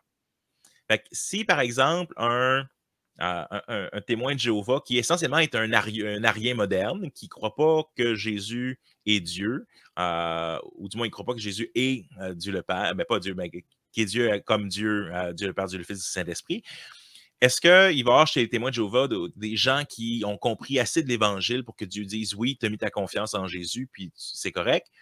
Ça, je vais laisser ça à Dieu. De même côté que, par exemple, des gens qui vont même plus loin que vénérer les saints dans l'Église catholique, vont donner une certaine dévotion à Marie ou à d'autres, alors que ça peut être conçu comme une forme d'idolâtrie. Je vais aussi laisser ça à Dieu. Par contre, ma responsabilité, quand je prêche l'Évangile ou quand j'enseigne les gens, c'est que je ne peux pas prendre pour acquis que les gens qui comprennent des points de vue hérétiques sont sauvés. C'est-à-dire, je ne pourrai jamais approcher un témoin de Jéhovah en me disant « Ah, mais il est sauvé, puis je ne dois pas me poser de questions. » Non, parce que la Bible nous dit que si quelqu'un n'a pas le Christ et si quelqu'un ne comprend pas la bonne doctrine à propos du Christ, il n'a pas Dieu, bien ça, je vais partir avec ce que l'Écriture me dit. Fait que de la même façon que le catholique, ben, je suis persuadé qu'il y a beaucoup de gens dans l'Église catholique qui ont compris l'Évangile, qui sont sauvés, mais est-ce que je peux le prendre pour acquis? Non. Pourquoi? Parce que, bon, on est des réformes, on vient de la réforme protestante, puis on croit à la justification par la foi seule comme étant un des points fondateurs. Il faut que tu reconnaisses que ce n'est pas par tes mérites que tu peux être sauvé. Mais je ne peux pas prendre pour acquis que la personne devant moi, peu importe qui elle est, qu'elle soit catholique même ou autre, qu'elle ne met pas de sa confiance dans ses propres mérites. Fait que pour moi, la question, on dit, ben, est-ce que c'est essentiel de comprendre? Je crois que très clairement, il est essentiel de comprendre que Jésus est Dieu. Qu'est-ce qu'on va faire avec les Oneness Pentecostals, les Pentecôtistes qui croient aux modalistes? Alors, je vais laisser ça à Dieu, mais par contre, quand je vais leur parler, je reviens dire, ben, mon frère, mais en fait, je ne suis pas sûr que je t'appelle mon frère, mais on le verra. Mais mon ami, je crois que tu fais fausse route par rapport à ce qui est enseigné dans l'Écriture. Puis je pense que c'est tellement important qu'on pourrait parler de ce qu'on appelle une hérésie damnable. C'est-à-dire, c'est une hérésie assez importante pour dire, si j'ai une mauvaise compréhension de la souveraineté de Dieu sur certains points ou des trucs plus secondaires, ben, ça n'importe pas. Mais par contre, ici, de renier un des points principaux qui est à la fois l'incarnation, qui est à la fois qui Dieu est. Mais fait que ma réponse, ça serait oui, je crois qu'il est essentiel de croire à la Trinité pour être sauvé. Je crois que les gens ne comprennent pas tout d'un coup quand ils deviennent chrétiens, mais on les enseigne, puis ça fait partie, mais qu'on a besoin à ce moment-là, quand on présente l'Évangile avec l'incarnation, que l'incarnation soit au cœur. Mais c'est qui s'incarne? C'est Dieu. Dieu le Fils. Et donc, ça doit faire partie à quelque part de ce qui est présenté. Puis, souvent, on va le faire dans notre catéchisme baptismal, c'est-à-dire, à quelque part, ben, des fois, on met beaucoup d'emphase en tant qu'évangélique sur tu es sauvé lorsque tu fais la prière de repentance, prie à ce moment-là. Mais mets les breaks un peu, comme on dit au Québec, hein, mets les freins, on leur dit, mais prenons le temps. Luther va dire que la foi, c'est pas simplement croire quelque chose, c'est la mise en confiance, c'est le contenu de cette foi-là aussi. Fait que donc, prenons le temps de bien expliquer aux gens pour que quand ils prennent la décision de suivre Jésus dans les eaux du baptême, mais qu'ils comprennent bien. Et c'est pour ça, personnellement, j'aime bien utiliser même le credo, donc Nicée-Constantinople, lors de mes cours de baptême, pour justement être sûr que les gens comprennent quand même bien en qui ils croient. Puis, est-ce que vous croyez ces choses-là? Je vais leur poser la question, est-ce que vous croyez ces choses-là? C'est la même chose pourquoi j'ai appelé mon livre qui présente l'Évangile pour la culture d'aujourd'hui. Nous croyons en Dieu. C'est un clin d'œil à Nicée-Constantinople, la foi chrétienne expliquée. Fait que pour moi, oui, cette base-là, de ce qu'on retrouve en Nicée-Constantinople, est vraiment la base de ce qu'il faut comprendre. On pourrait argumenter, oui, mais dans Nicée-Constantinople, parce que la Trinité est aussi développée dans ces clôtures que lit un peu plus tard. Non, mais je te dirais, Nicée-Constantinople, pour moi, serait vraiment la base de dire voici peut-être l'essentiel. Après ça, discutons. Mais en bout de ligne, c'est Dieu qui aura, oui, son dernier mot. Mais moi, je peux juste être concerné. Deutéronome 29, les choses cachées sont réservées à l'Éternel. Moi, je dois dealer avec ce qui est révélé, puis dans sa révélation, mais Dieu me dit que la Christologie et qui Dieu est, c'est une des choses les plus importantes qui doit être enseignée. Super. Alors, je vais rebondir sur quelque chose que tu as mentionné tout à l'heure. Alors, c'est génial parce que sans t'en rendre compte, j'imagine, tu m'as fait toutes les transitions pour les questions à venir. Tu as parlé tout à l'heure de la querelle du filioque. Alors, justement, donc, querelle qui était à l'origine de la séparation de l'Église d'Orient et d'Occident, sur ce débat qui peut paraître effectivement très difficile à cerner. Est-ce que l'Esprit procède du Père seul ou est-ce que l'Esprit procède du Père et du Fils? Est-ce que tu pourrais nous expliquer, alors sans forcément rentrer trop dans des détails qui seraient trop techniques, mais rapidement, comme ça, qu'est-ce qui se joue là dans cette querelle-là? Essentiellement, dans la définition de Nicée-Constantinople, nous croyons en un seul Dieu, nous croyons en l'Esprit Saint qui procède du Père. Il y a l'Occident, donc il y a deux sections dans le christianisme, de l'Orient et de l'Occident. Essentiellement, l'Occident va devenir avec le temps l'Église catholique romaine parce qu'il va y avoir un schisme en 1054 entre l'Église d'Orient et l'Église d'Occident. Et l'Église d'Orient et l'Occident s'entendront pas s'il faut rajouter ou pas l'idée de et du Fils, et donc que le Saint-Esprit procède ou vient. Et encore une fois, les mots engendrer et procéder, c'est des mots que tu dis, ta minute.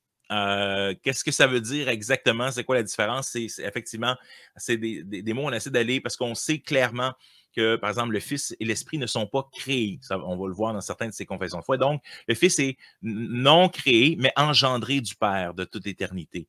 Fait engendré, un des meilleurs exemples qu'on a dans l'histoire de l'Église, pour moi, c'est l'image du soleil. Si Dieu le Père, à quelque part, est le soleil, mais dès le moment que tu as le soleil, tu as aussi les rayons et tu as la chaleur. Fait que c'est une instantanéité, donc il est Dieu, le Fils est engendré de toute éternité, du fait que dès que tu as le Père, tu as le Fils. Et donc, cette idée de procéder de, il émane de, donc c'est un peu le concept ici. Et la question, c'était, est-ce qu'il procède du Père ou du Fils? Il va falloir attendre Augustin essentiellement pour arriver avec la question, de dire, Augustin va arriver à la question, bien, c'est marqué dans la Bible que l'Esprit est l'Esprit de Christ. Fait qu'à ce moment-là, on va le voir dans Jean, par exemple, qui va dire, bon, je vous envoie, tu sais, mon Père vous envoie un autre consolateur, puis, mais des fois, c'est marqué aussi que Jésus envoie. Tu sais, il y a cette idée de cette tension entre les deux.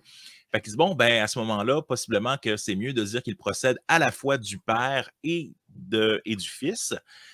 Bien sûr, en même temps, le Saint-Esprit n'est pas le Fils du Fils ni le Fils du Père. Le Fils, c'est le Fils qui est le Fils du Père.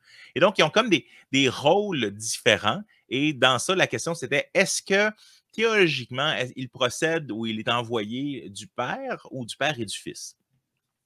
Théologiquement, je crois que Augustin a raison, puis que l'Occident va avoir raison de dire, ben, il procède du Père et du Fils, et donc il est envoyé par le Père et le Fils. Mais dans l'Orient, c'est une question qui est à la fois philosophique et à la fois théologique. C'est dans ces tensions entre l'Église d'Orient et d'Occident, Rome va vouloir avoir plus de puissance.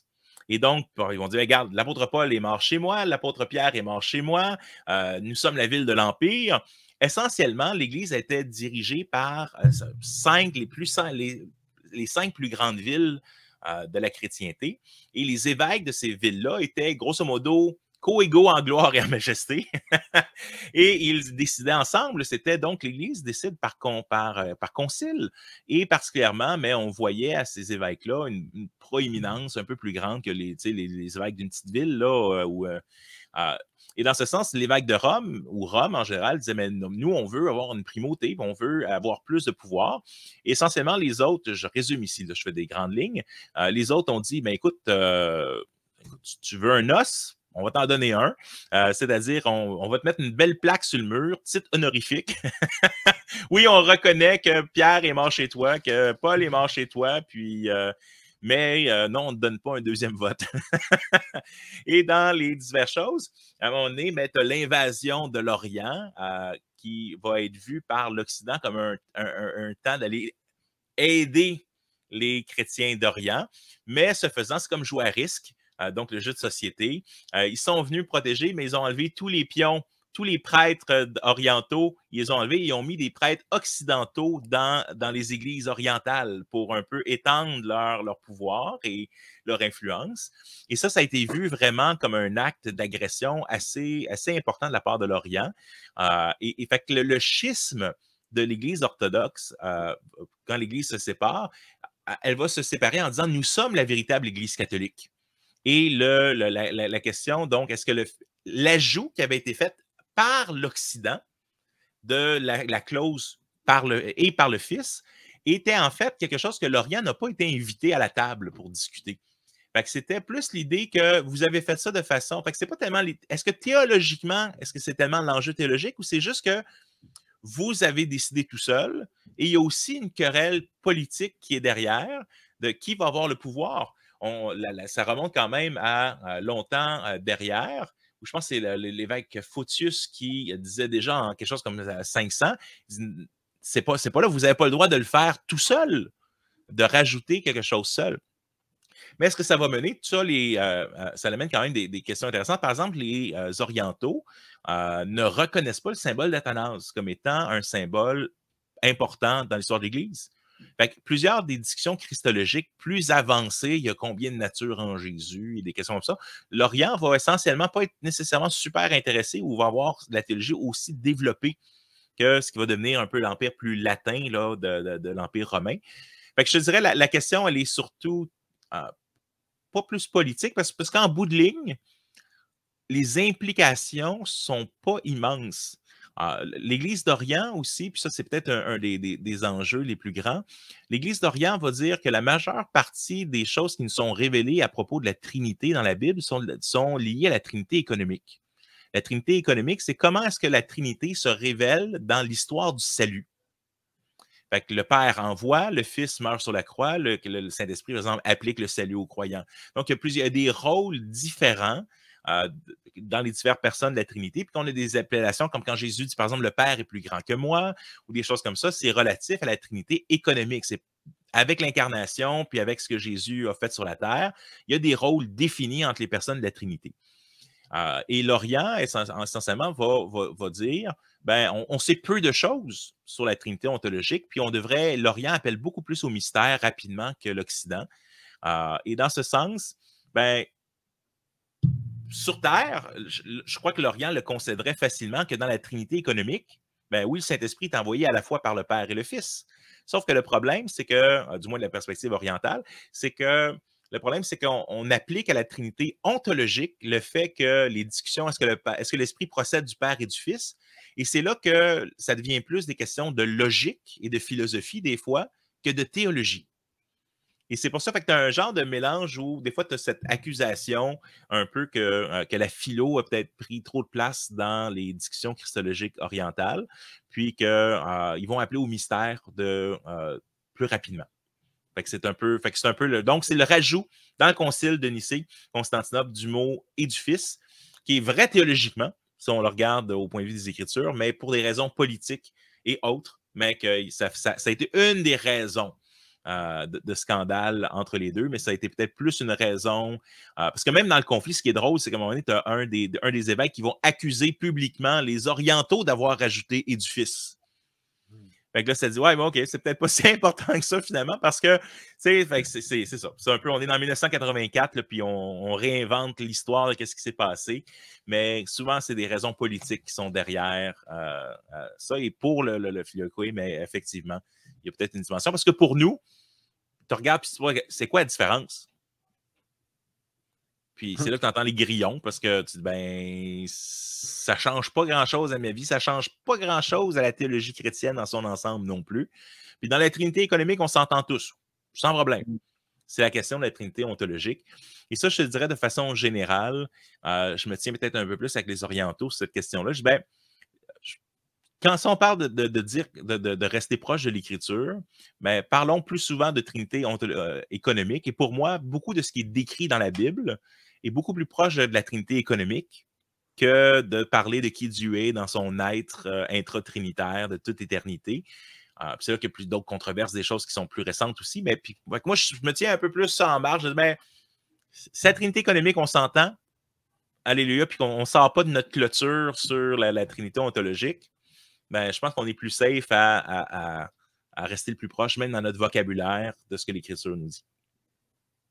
Merci pour cet éclairage.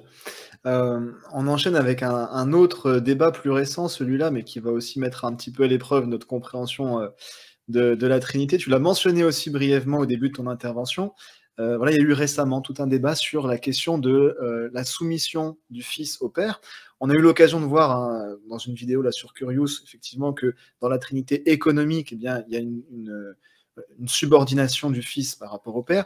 Mais est-ce que cette soumission-là, elle ne prend effet qu'à partir de l'incarnation, ou est-ce qu'il faut comprendre que le Fils est de tout temps, depuis l'éternité, soumis au Père? Alors là encore, ça demanderait tout un live pour essayer de cerner un petit peu et le sujet et l'entièreté des enjeux, mais est-ce que brièvement, tu peux nous dire un petit peu qu'est-ce qui se joue là aussi dans cette question-là de la soumission du Fils au Père? En fait, c'est effectivement, il y a des controverses. En fait, c'est intéressant, c'est possiblement la première controverse théologique ou christologique ou trinitaire du 21e siècle. Ça fait plusieurs siècles qu'on a peu, à mon avis, au niveau évangélique, parce que la Trinité à la Réforme, c'est pas une question. Je veux dire, c'est quelque chose qu'on s'entend à 100% pratiquement avec la tradition catholique, mais d'avoir un premier débat trinitaire et entre des personnes comme par exemple Wayne Grudem, que beaucoup apprécient pour sa théologie systématique, et d'autres aux États-Unis. Et ce qui est cocasse, à mon avis, et là, en tant que cousin français et québécois, on peut se permettre de dire « Ah, les Américains sur ça. Mais ce qui est à l'origine du débat, croyez-le, croyez-le pas, est la question des rôles dans le couple. Et sur la question, en guillemets, de est-ce que dans les relations du couple, est-ce qu'il y a une structure familiale? On voit dans l'Écriture, par exemple, on est appelé à être soumis les uns aux autres, mais le père est le représente, comme Adam est le chef de l'humanité d'une certaine manière, puis il est responsable de, mais est-ce que le père est, à quelque part, un peu le chef de la maison, comme on le voyait dans les siècles passés, ou est-ce qu'il doit y avoir donc une hiérarchie à la maison? Et là, ça part de cette question-là, et là, la question de la Trinité était ici. Ben, s'il y a un rôle de toute éternité de soumission entre le Fils et le Père, ben la Trinité ontologique de qui Dieu est dans son être le plus profond serait une image qui est aussi pour l'Église et ici pour le couple. Et on aurait donc une justification pour une vue, et à ce moment-là, bon, une vue peut-être traditionnelle, on pourrait dire, là, de la famille qu'on voit aux États-Unis, mais donc dans les débats un peu sur la place de la femme dans l'Église, dans la théologie et tout ça, mais donc émanerait un peu cette idée-là de la question dont viendrait à cause certains ont peur de les ramifications de cette question-là pour le couple et pour l'Église. Et donc, mais pour moi, c'est la mauvaise façon de rentrer dans un débat. Je dis, quand tu rentres dans un débat, il faut que tu te poses la question, est-ce que la question est la question?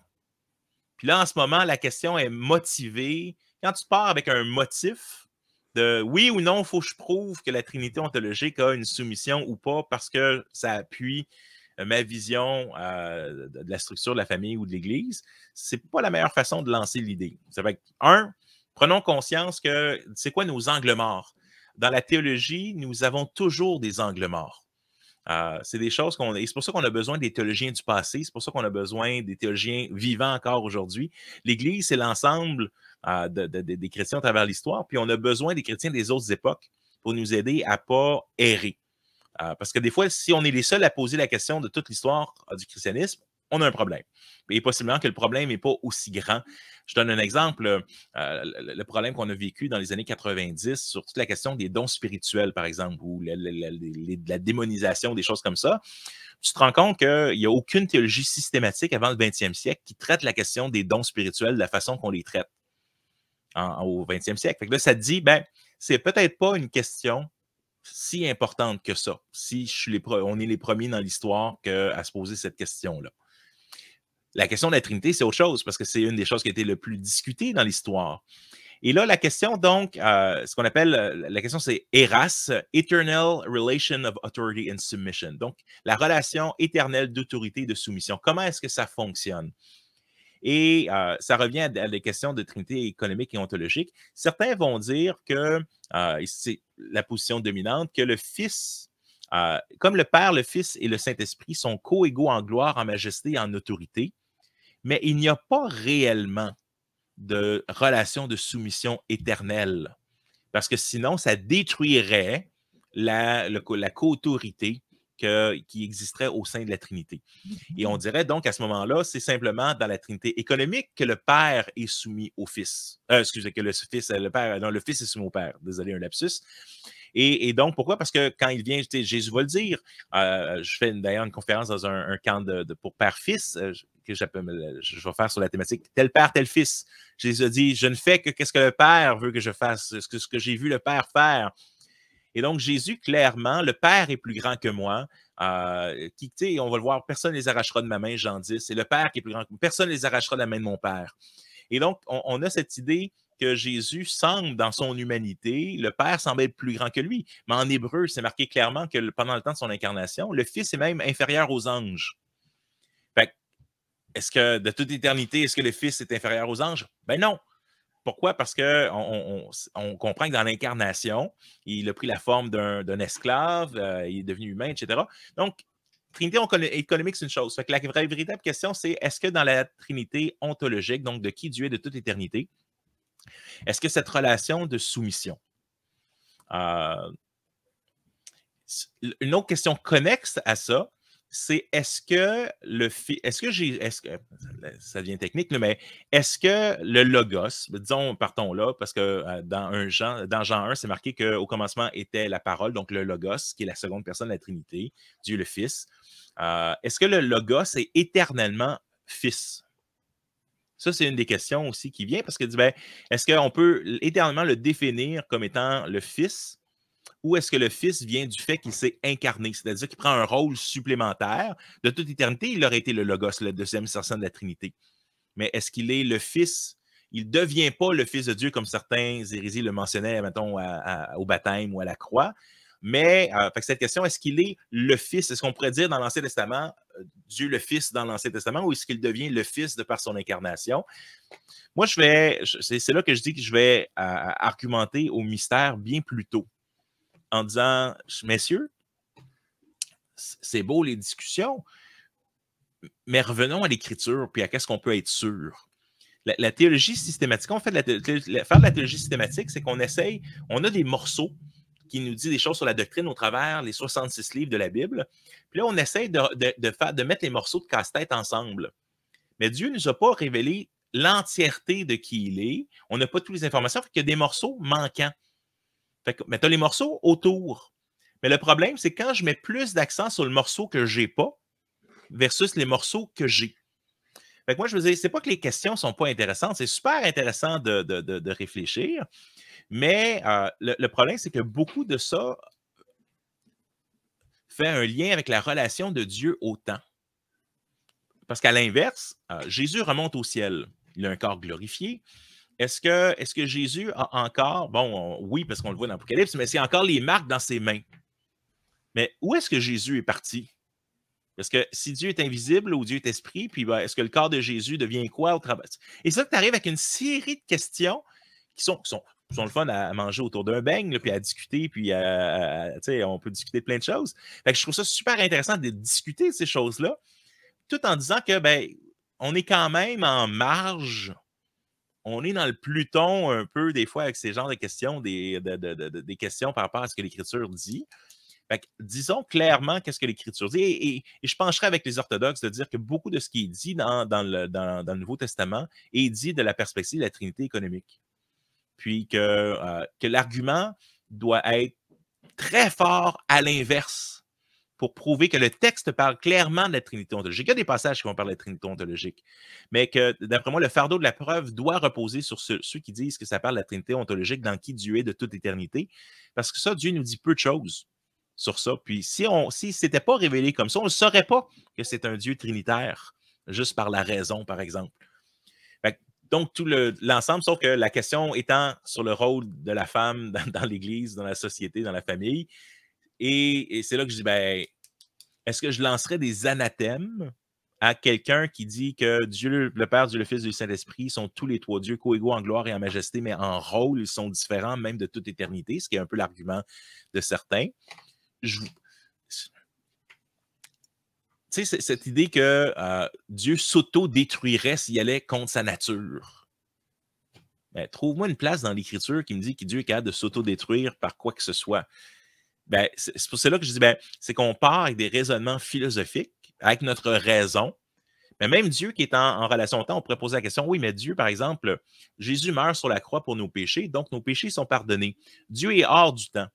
Fait que Dieu est fâché avec ton péché au même moment qu'il est satisfait par ton péché par la mort de Jésus. Comment est-ce que Dieu vit cette réalité-là? Fait que pour moi, l'immanence de Dieu et sa transcendance, comment tu gères les deux ensemble? Moi, je vais laisser ça à Dieu. C'est là que j'appelle un autre mystère de dire, je ne peux pas comprendre quand est-ce que Dieu est fâché ou quand est-ce qu'il est satisfait ou qu'est-ce que ça veut dire qu'il est hors du temps. Puis pourtant, on a des grands débats. Fait que les questions, quand on parle de comment est-ce que Dieu agit avec l'humain hors du temps, écoute, la glace, elle est mince. Je crois qu'on parle de ces sujets-là, et la glace est encore plus mince pour moi quand on dit je vais lancer des pierres aux autres qui, sur un point vraiment à l'extérieur et avec des implications philosophiques plus que théologiques. Donc, c'est ça. Donc, moi, je dis errons du côté de la of safety, de la côté où c'est sûr, avec l'Écriture.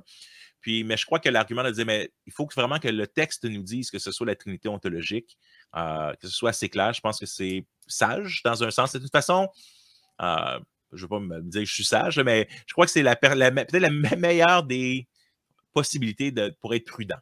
Peut-être que le mot que je cherchais, c'était prudent. Soyons prudents, puis soyons proches de l'Écriture. Très bien. Alors, on a évoqué là des sujets extrêmement complexes, hein. La Trinité, ça reste quand même un sujet, tu l'as dit et redit, des plus complexes, qui soulève des questions d'autant plus complexes. Et on peut vite avoir l'impression que, bon, bah, ouais, c'est bien beau tout ça, c'est effectivement très plaisant de passer du temps à en discuter, mais qu'est-ce que ça change pratiquement, concrètement dans nos vies? Et alors, ce sera ma question un peu de conclusion sur tout ça. Jean-Sébastien, toi qui crois à la Trinité, qu'est-ce que ça change dans ta vie? Je crois que c'est à la base, j'aime beaucoup l'idée qu'à la base de qui Dieu est un être relationnel de façon éternellement. Éternellement, et qu'est-ce que ça signifie? C'est qu'éternellement, il est un Dieu d'amour. Éternellement, il est un Dieu qui aussi, tu sais, Dieu n'a pas besoin, on dit Dieu est autosuffisant en lui-même. Dieu n'avait pas besoin de créer, Dieu n'a pas besoin de créer le monde. Dieu n'a pas besoin de créer Jean-Sébastien ou Nathanaël. Dieu n'a pas besoin de créer quoi que ce soit. Et pourtant, dans cet acte d'amour, de création, on a ce Dieu aimant qui est là derrière. Puis qui veut qu'on. Et notre endgame, un peu, c'est qu'on puisse vivre dans un monde de paix et de justice, où, dans le fond, ceux qui l'adorent, ceux qui veulent l'adorer sont là. Fait que je te dirais, pour moi, c'est l'aspect le plus important de dire, hey, on a un Dieu aimant et qui ouvre, et on a une attitude parfois en tant que chrétien on est accusé de ça, et des fois le chapeau nous fait, comme on dit, de regarder les gens qui sont non chrétiens comme étant. Je pense à la Réforme, on met tellement d'emphase sur le fait qu'on est pécheurs, puis que tous ces pécheurs, tous sont privés de la gloire de Dieu, puis il n'y a personne qui peut passer le test pour rentrer dans un monde de paix et de justice sans avoir un cœur transformé par Dieu. Ça, c'est vrai, mais je pense qu'on arrive à voir le pire chez l'être humain en tout temps. Tu sais, on a de la difficulté à souligner quand les gens qui ne croient pas en Dieu font des bons coups, ou que la compassion, tu sais, il y a une grâce générale où on est encore image, même irrégénéré, même sans être transformé à l'image de Jésus. Mais je crois qu'il y a plus de l'image de Dieu dans les gens qui ne croient pas en lui que qu'est-ce que souvent on est prêt à accorder en tant que chrétien sous la base de ce qu'on appelle la dépravation totale. Dépravation totale, c'est un concept théologique qui dit que toutes les sphères de notre vie sont affectées par le péché. Mais des fois, j'ai l'impression que les gens comprennent la dépravation totale comme si on est le pire qu'on peut jamais. On est toujours le pire que qu'est-ce qu'on peut être. Mais non, même encore en tant que chrétien, comme Luther le dit, simul justus et peccator, je suis à la fois justifié, déclaré juste par Dieu sur la base des mérites du Christ, mais en même, je suis encore pécheur. J'ai encore besoin de la grâce de Dieu à chaque jour. Puis je pense que dans cet amour, puis dans cette grâce-là que Dieu a étendu au monde en envoyant son Fils, son unique, puis qu'à quelque part, Dieu a délaissé je sais pas comment, le confort de son Dieu. Tu sais, Jésus n'a pas vu comme une proie arrachée de son égalité avec Dieu, mais il est venu comme un serviteur. Fait que je pense qu'il y a tellement de belles choses dans. C'est des implications. L'incarnation l'incarnation, la rédemption sont des conséquences un peu en quelque part de ce Dieu trinitaire puis de qui il est. Fait que je te dirais un Dieu relationnel et aimant, mais après ça, de voir ça oser, une expression en anglais, mais sortir par osmose là, dans le reste du monde, puis dans qui on est. Je pense que on a été créé, j'aime beaucoup l'image, peut-être que je peux terminer avec ça. On était imago Dei, on était l'image de Dieu, puis cette image-là, ben, on a voulu être notre propre Dieu. Puis on a voulu, et on a créé le monde qu'on a en ce moment est un monde qui est créé à notre image. Puis le premier meurtre de l'histoire arrive en Genèse, chapitre 3, chapitre 4, et pourquoi? Par jalousie. Fait qu'on a fini par créer un monde à notre image, mais Jésus, image parfaite de Dieu, vient nous transformer pour nous donner de devenir imago Christi, de devenir à l'image de Christ. Un peu comme une vieille peinture que tu retrouves puis que tu dois refaçonner ou remettre à neuf à cause qu'elle a été délavée. Mais c'est cette image c'est quoi être, de vivre sur cette terre à l'image de Dieu, mais on a en Jésus-Christ cette image parfaite de c'est quoi un humain qui aime et qui aime tellement jusqu'à donner sa vie pour ses amis. Puis pour ses ennemis. C'est ça peut-être ce qui est merveilleux. Et pour moi, le message de l'Évangile est au cœur de ce que la Trinité fait, puis de ce que la Trinité crée. Et bien sur ces belles paroles, Jean-Sébastien, je te remercie vraiment, hein, pour bien tout ce que tu as pu nous apporter là au cours de ce live. Merci pour tes réponses, merci pour ton humilité dans tes réponses aussi et ton appel à l'humilité. Encore une fois, je pense que c'est un appel qui, comme tu le soulignais, est sage et qu'on est amené à faire preuve de prudence, hein, tout en... Voilà, Pardon, vas-y. Je rajouterai une chose à ça, et je crois que d'un côté, l'humilité est essentielle, puis on en a besoin de plus en plus dans notre monde. Puis en même temps, je dirais que j'entends aussi trop de gens qui vont parler de cette humilité pour ne rien dire sur Dieu ou ne rien affirmer comme conviction. Puis je pense qu'il faut tenir cette tension. De dire non, la Bible nous enseigne des choses concrètes et réelles sur Jésus, sur la Trinité, sur Dieu le Père, le Fils, le Saint-Esprit, sur le salut, sur qu'est-ce que Dieu pense des autres religions, qu'est-ce que Dieu... Et je pense que c'est cette tension en dire qu'est-ce que je ne sais pas puis que la Bible ne me dit pas, quelle est la relation que je dois avoir avec les gens qui pensent différemment que moi. Dans notre société, on doit réapprendre à dire hey, être pas d'accord avec quelqu'un, c'est correct. Ça s'appelle être en discussion. C'est pas parce que je suis pas d'accord avec toi que je t'aime pas ou que je te déteste ou que je te fais une micro-agression. Fait que oui, garder cette humilité et cette attitude d'humilité quand on discute avec les autres, tout en croyant profondément, en ayant des convictions. Fait que c'est un genre de drôle de tension, mais je pense que je voulais juste rementionner ça parce que des fois, cette humilité-là est utilisée pour ne pas se positionner sur rien. Ah, mais je veux pas. Je pense que, mais non, sur les choses essentielles, je crois comme on l'attribue à Chrysostome, le père de l'Église, mais dans les choses essentielles, l'unité. Dans les choses secondaires, la charité, mais en tout et en tous, Jésus-Christ. Je pense que c'est ça. Gardons la vérité et l'humilité, les deux en même temps. Mais c'est ça. Je vais juste mentionner ça pour rappeler quand même qu'il y a un kérigme, il y a une base à ce que nous croyons en tant que chrétiens, puis que cette base, mais elle n'est pas le plus petit dénominateur commun, mais Nicée-Constantinople et les bases de la foi chrétienne sont quand même vraiment, vraiment importantes. Merci pour cette précision. C'est justement ce que j'allais dire, hein. Je pense qu'on a compris dans ton appel à l'humilité qu'il y avait aussi un appel à se délecter de ce que Dieu a révélé dans sa parole.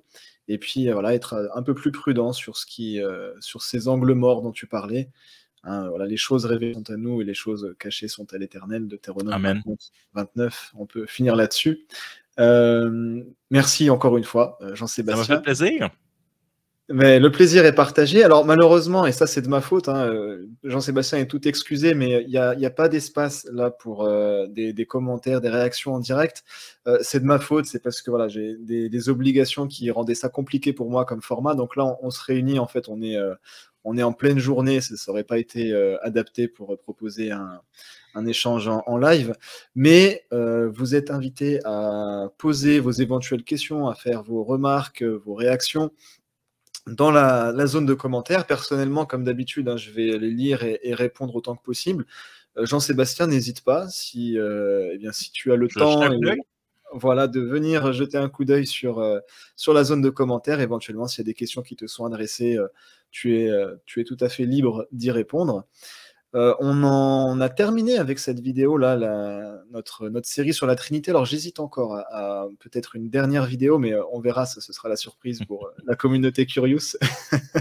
Et du coup, alors, il y aurait énormément de questions sur la Trinité, hein. Là, on a balayé assez rapidement quelques questions, mais il y a tout un panel de questions aussi sur la personne de Jésus, hein, et en tant qu'homme, en tant que Dieu, comment est-ce qu'on peut articuler ça? Comment est-ce qu'on peut comprendre que Jésus l'homme prie Dieu, enfin Dieu le Père? Donc il y a plein de questions, et je sais que ça fait partie des questions que les personnes qui suivent la chaîne se posaient. On n'a pas parlé de ça ce soir, c'est pas parce qu'on veut pas les traiter, simplement il y a toute une série de vidéos sur Jésus qui arrive, et on aura l'occasion de traiter de ces questions-là à ce moment-là. Donc voilà, chaque chose en son temps, mais on n'élude pas de questions, on va y venir. J'espère en tout cas que vous avez apprécié ce live. Encore une fois, n'hésitez pas à réagir.